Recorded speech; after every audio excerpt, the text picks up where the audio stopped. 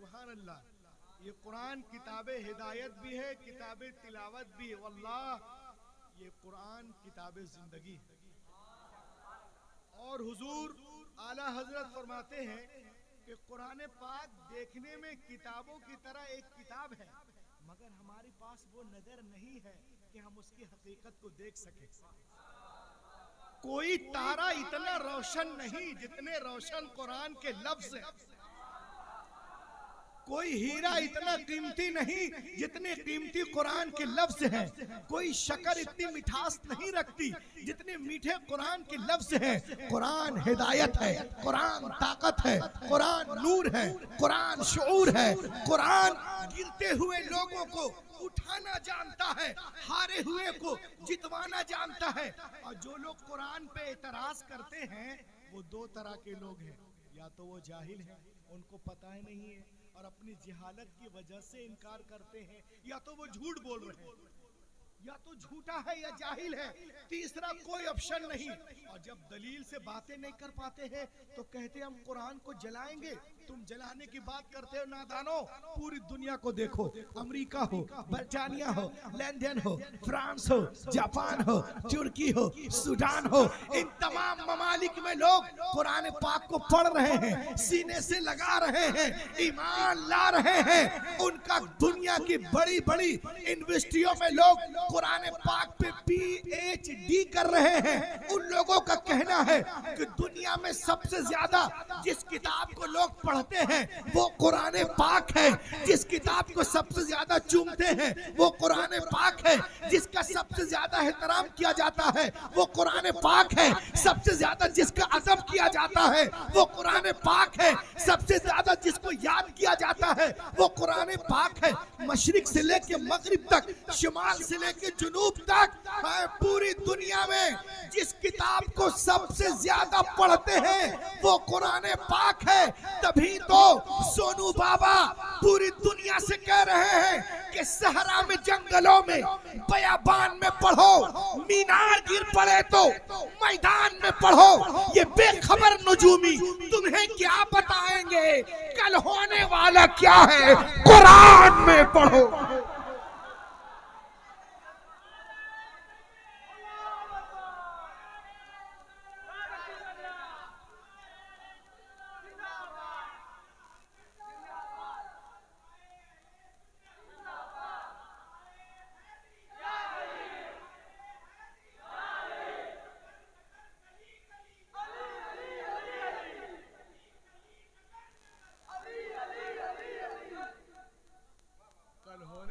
کیا ہے, قرآن میں پڑھو. آپ قرآن پاک پڑھیے, انشاءاللہ آپ اٹھتے جائیں گے, دنیا میں چھا جائیں گے. یہاں بھی چمکیں گے اور وہاں بھی چمکیں گے. قرآن پاک کیا ہے؟ دا قرآن, دس از اے بک آف لا. قرآن پاک قانون کی کتاب ہے. قرآن کے اندر نماز کا ذکر ہے. Namaz should be mentioned in this Quran because namaz is the law of Islam. Roza should be mentioned in this Quran because Roza is the law of Islam. Zakah should be mentioned in this Quran because Zakah is the law of Islam. Hajj should be mentioned in this Quran because Hajj is the law of Islam. آپ قرآن پڑھیں, قرآن میں نماز کا ذکر ہے, ہونا چاہیے, اس لیے کہ نماز قانون اسلام ہے. قرآن میں روزے کا ذکر ہے, ہونا چاہیے, اس لیے کہ روزہ بھی قانون اسلام ہے. قرآن میں زکوٰۃ کا ذکر ہے, ہونا چاہیے, اس لیے کہ زکوٰۃ بھی قانون اسلام ہے. قرآن میں حج کا ذکر ہے, ہونا چاہیے, اس لیے کہ حج بھی قانون اسلام ہے. دوستو, قانون کی جتنی باتیں قرآن کے اندر ہے یہ ہمارے ہدایت کے لیے, اصلاح کے لیے ہے. لیکن غور کرنے کی بات یہ ہے کہ جہاں قرآن میں غریب نواز کانفرنس, جہاں قرآن میں نماز کا ذکر ہے, اسی قرآن میں حضرت لقمان کا بھی ذکر ہے. جہاں قرآن میں روزے کا ذکر ہے, اسی قرآن میں حضرت مریم کا بھی ذکر ہے. جہاں قرآن میں زکوٰۃ کا ذکر ہے, اسی قرآن میں اصحاب کہف کا بھی ذکر ہے, اصحاب رقیم کا بھی ذکر ہے. جہاں قرآن میں حج کا ذکر ہے, اسی قرآن میں حضرت عیسیٰ کے حواریوں کا بھی ذکر ہے. جہاں قرآن میں ماں باپ کے احترام کا ذکر ہے, اسی قرآن میں اللہ کے ولیوں کا بھی ذکر ہے, اللہ کے دوستوں کا بھی ذکر ہے. The question that about this ayah, about this land, about this matter. قرآن ان کا نام کیوں لے رہا ہے؟ قرآن میں اللہ کے ولیوں کا ذکر کیوں ہے؟ اللہ کے دوستوں کا ذکر کیوں ہے؟ تو آئیے میں آپ کو بتاؤں، قرآن ہمیں بتا رہا، دیکھو سنو، نماز پڑھو، روزہ رکھو، حج کرو، زکوٰۃ ادا کرو، ماں باپ کا احترام کرو، ان کے ساتھ جو ہے حسن سلوک کے ساتھ پیش آؤ، چوری مت کرو، شراب مت پیو، زنا کے قریب مت جاؤ، ناپ تول میں کمی نہ کرو، آپس میں دشمنی نہ کرو، چیزوں میں ملاوٹ نہ کرو، اللہ کی رسی کو مضبوطی سے پکڑے رہو، عبادت کرو، ریاضت کرو، مگر ساتھ ہی ساتھ اللہ کے ولیوں کا بھی ذکر کیا کرو، اللہ کے دوستوں کا بھی ذکر کیا کرو۔ تو پتا چلا کہ اللہ کے ولیوں کا ذکر کرنا یہ سنیوں کی منمانی نہیں ہے، بلکہ منشأ ربانی ہے، مرضی قرآنی ہے۔ لقد کان فی قصصہم عبرۃ لأولی الالباب، بے شک اللہ کے نیک بندوں کے واقعات میں عقل والوں کے لیے عبرت کا سامان۔ میرے نوجوان دوستوں اور بزرگوں، آپ قرآن پڑھیں اور غور کریں اس پر۔ آپ جب قرآن پڑھیں گے تو دیکھیں گے قرآن میں کوہ طور کا ذکر ہے۔ یہ ایک پہاڑ ہے، بہت چھوٹا پہاڑ ہے، بہت بڑا پہاڑ نہیں ہے، مگر اس پہاڑ کو تعلق ہے، نسبت ہے اللہ کے نبی حضرت موسیٰ علیہ السلام سے۔ ہم یہاں بیٹھے، ہم کو کس میں سے نسبت ہے؟ حضور غریب نواز سے، اور ان کو نسبت ہے رسول پاک سے۔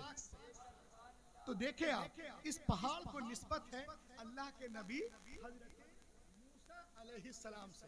آپ قرآن پڑھیے تو قرآن میں چینٹی کا ذکر ہے، کیونکہ اس چینٹی کو نسبت ہے اللہ کے نبی حضرت سلیمان علیہ السلام سے۔ آپ قرآن پڑھیں تو قرآن میں گدھے کا ذکر ہے، کیونکہ اس گدھے کو نسبت ہے اللہ کے نبی حضرت عزیر علیہ السلام سے۔ یعنی گدھا بھی نسبت والا ہو جائے،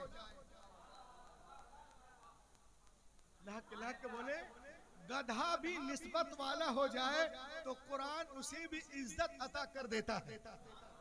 آپ قرآن پڑھیں تو قرآن میں کتے کا ذکر ہے، اصحاب کہف کا کتا، وَقَلْبُهُمْ بَاسِطٌ ذِرَاعَيْهِ بِالْوَصِيدِ، ان کا ذکر ہے۔ اور کیا کمال کا کتا ہے جی، دنیا کے کتے بھونکتے ہیں مگر اصحاب کہف کا کتا بھونکتا نہیں۔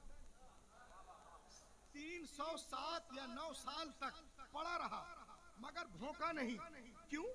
کتے دو وجہ سے بھونکتے ہیں، جب ڈرتے ہیں تب بھونکتے ہیں، جب ڈراتے ہیں تب بھونکتے ہیں۔ مگر غریب نواز کانفرنس میں آنے والوں، اے رشڑا کے سنی مسلمانوں، اللہ کے ولی کا کتا نہ ڈرتا ہے نہ ڈراتا ہے۔ اللہ کے ولی کا کتا نہ ڈرتا ہے نہ ڈراتا ہے، تو پتا چلا کہ جب ولی کا کتا اتنا بے خوف ہے تو خود ولی کتنا بے خوف ہوگا۔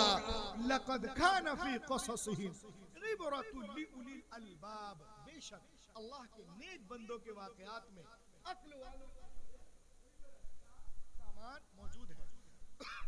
Tonight my topic Quran and شان ولایت، the history of yellow cow and بنی اسرائیل۔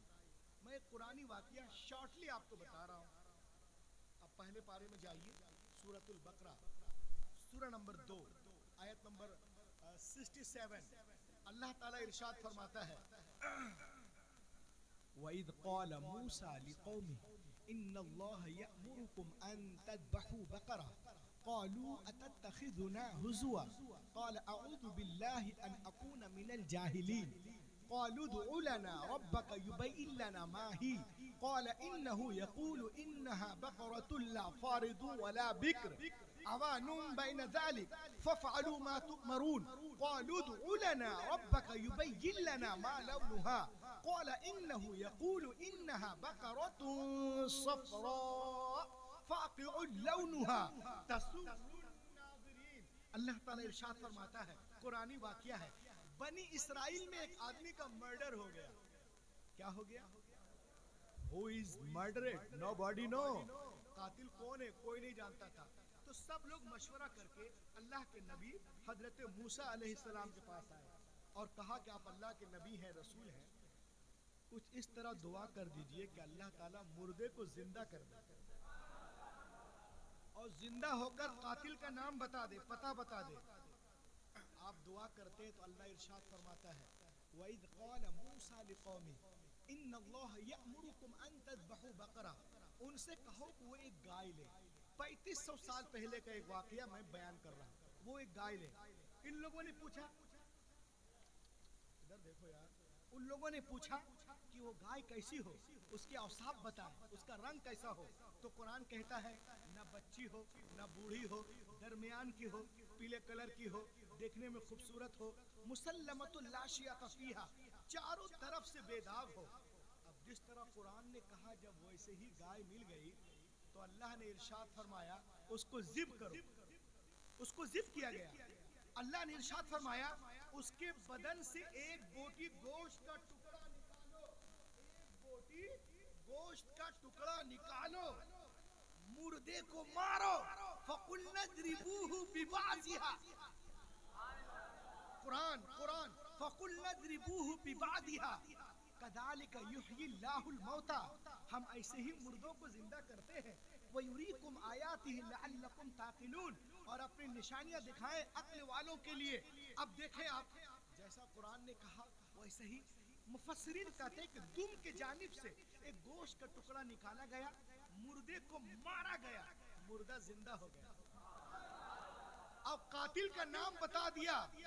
سوال پیدا ہوتا ہے اللہ جو مردے ہی کو زندہ کرنا تھا، تیرا نبی ان کے درمیان موجود تھا، وہ دعا کرتے، وہ دعا کرتے تو قبول کرتا. اتنا لمبا چکر کیوں؟ ایک گائے لو جو نہ بچی ہو نہ بوڑھی ہو، درمیان کی ہو، پیلے کلر کی ہو، خوبصورت ہو، چاروں طرف سے بے داغ ہو، اتنا لمبا چکر کیوں؟ تو آپ کو جواب ملے گا میں اللہ ہوں، تم بندے ہو. I'm Allah, you are servant. I'm creator, your man. میں تمہارے دماغ کو بنانے والا ہوں. قیامت تک کچھ ایسے لوگ پیدا ہوتے رہیں گے جو اولیاء اللہ پہ اعتراض کریں گے، میرے دوستوں پہ اعتراض کریں گے، نکتہ چینی کریں گے. خوشہ چینی تو کر نہیں سکتے. ان کو جواب کہاں سے ملے گا؟ یہاں سے ملے گا. کیسے ملے گا؟ ایسے ملے گا. ارے نادان، جب ایک مردہ جانور کے گوشت کے ٹکڑے سے مردہ زندہ ہو سکتا ہے تو غوث اعظم کی ٹھوکر سے مردہ زندہ کیوں نہیں ہو سکتا؟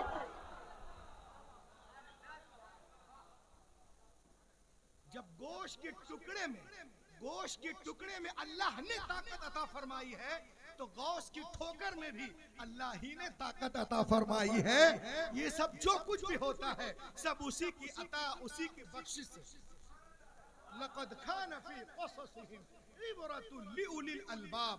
بے شک اللہ کے نیک بندوں کے واقعات میں عقل والوں کے لیے عبرت کا سامان موجود. اور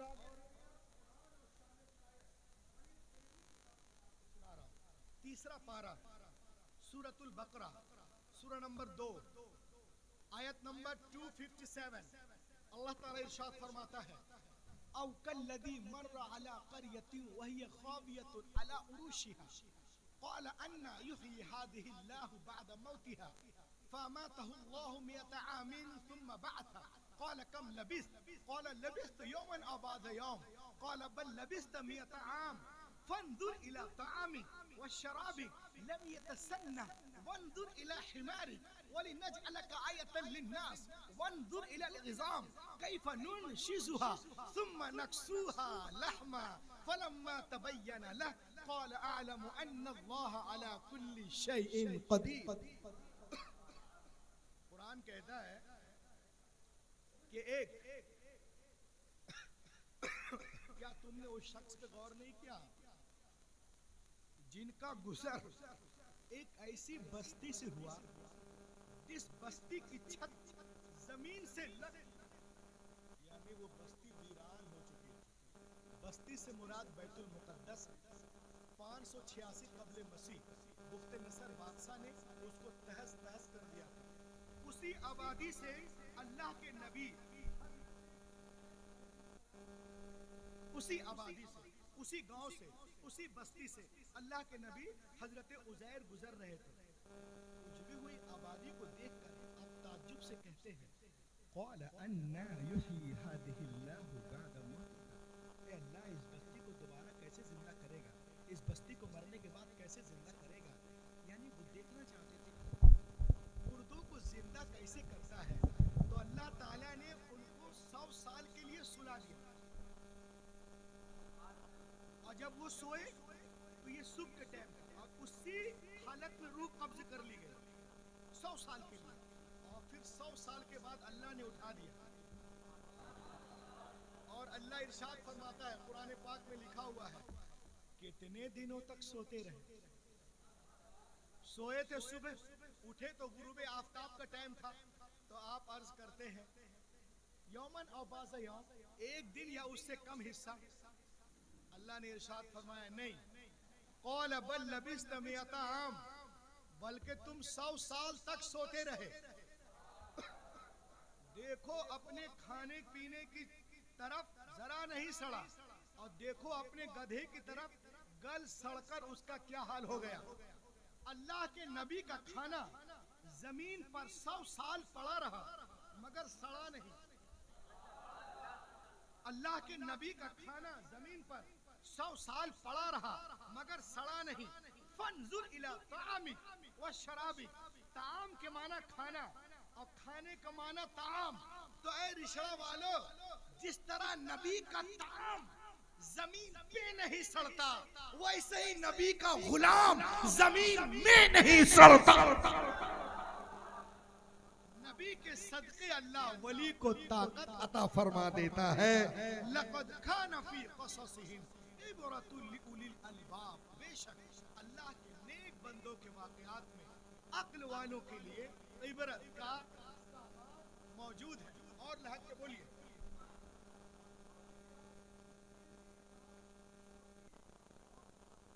بہت مشہور ہے 30واں پارہ سورہ نمبر 104 سورۃ الفیل آیت نمبر 1 2 3 4 5.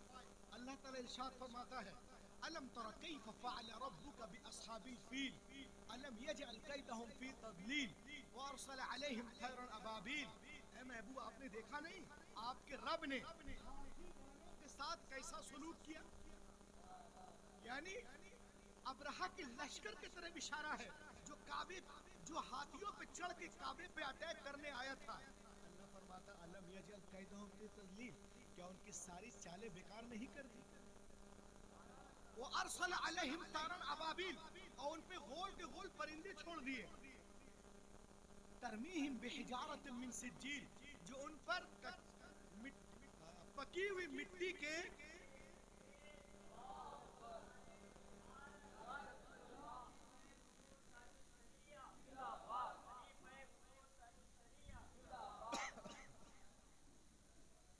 ماشاءاللہ.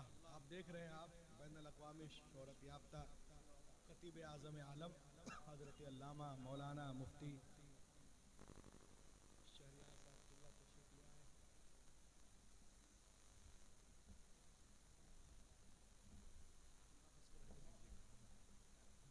ابھی چل رہا ہے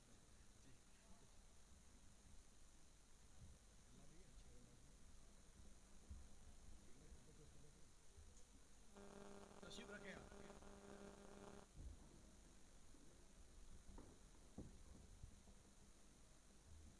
اور اس پر پکی ہوئی مٹی کے پتھر پھینک رہے تھے. وارسل علیہم طیرا ابابیل ترمیہم بحجارۃ من سجیل فجعلہم کعصف مأکول, اور جس پہ وہ پتھر گرتا وہ ایسا ہو جاتا جیسے کھایا ہوا بھوسا. اب کوئی بھی بتا دے کہ ایک کنکری بھی ادھر ادھر گری ہو, سارے مورخین کہتے ہیں کہ جہاں نشانہ لگایا وہیں گری. یہ کیسے ہو گیا؟ تو وہ کہتے ہیں کہ وہ اللہ کے طرف سے بھیجا ہوا پرندہ تھا. میں نے کہا رے نادان, جب اللہ کے طرف سے بھیجے ہوئے پرندوں کا یہ عالم ہے تو اللہ کے نیک بندوں کا عالم کیا ہوگا؟ جب پرندوں کا یہ حال ہے تو نیک بندوں کا حال کیا ہوگا؟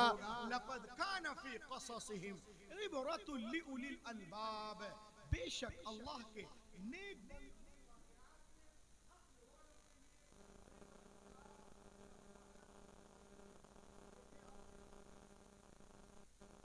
لائف آف پروفٹ موسیٰ علیہ السلام.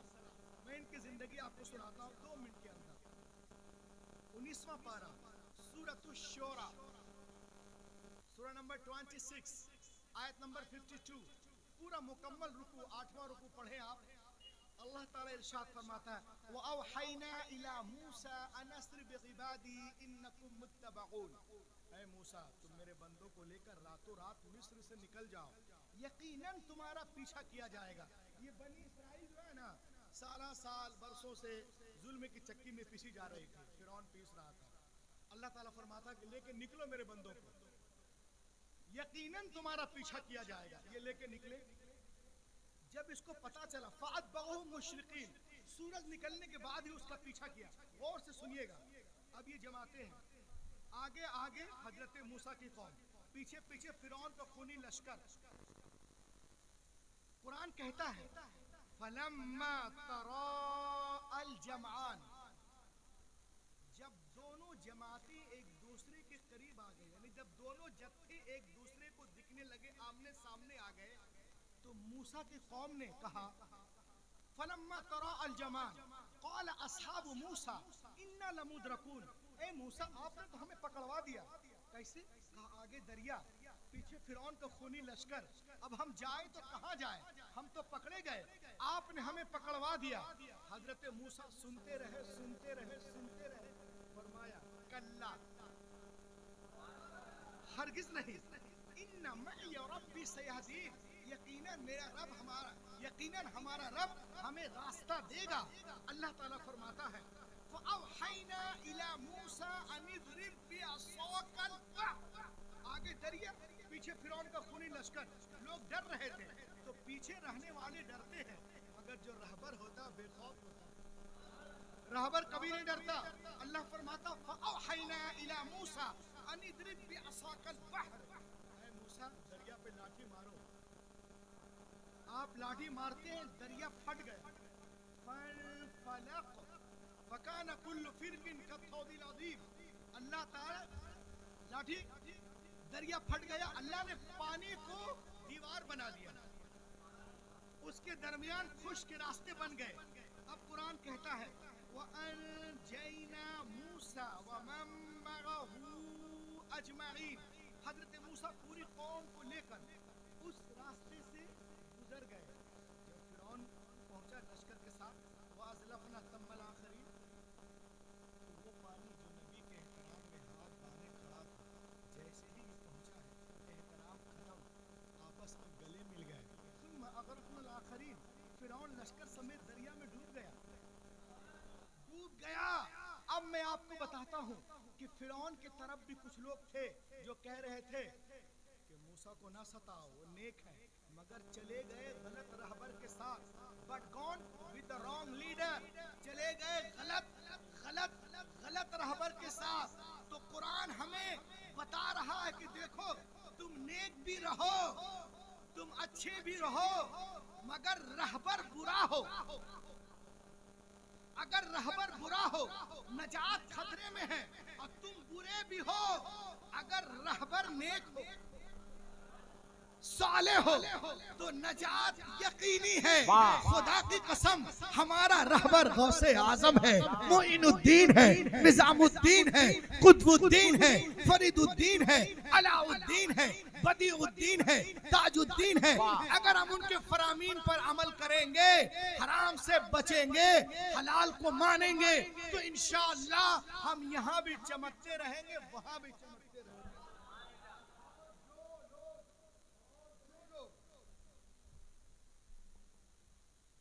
اور جو لوگ اولیاء اللہ پہ اعتراض کرتے ہیں، کہتے ہیں ہمیں رہبر کی ضرورت نہیں، ہمیں رہبر کی ضرورت نہیں، میں ان کو صرف ایک مثال دوں گا کہ بیٹا بغیر رہبر کے تو کچھ کر ہی نہیں سکتا. آپ بولو کیسے؟ میں بولوں گا ایسے. دیکھیں آپ You may have seen this is a building construction. ماشاءاللہ یہ تو کولکاتہ ہے، بڑی بڑی بلڈنگیں ہیں. You may have seen this is a building construction. آپ جب گھر بناتے ہو، گھر یا دیوار یا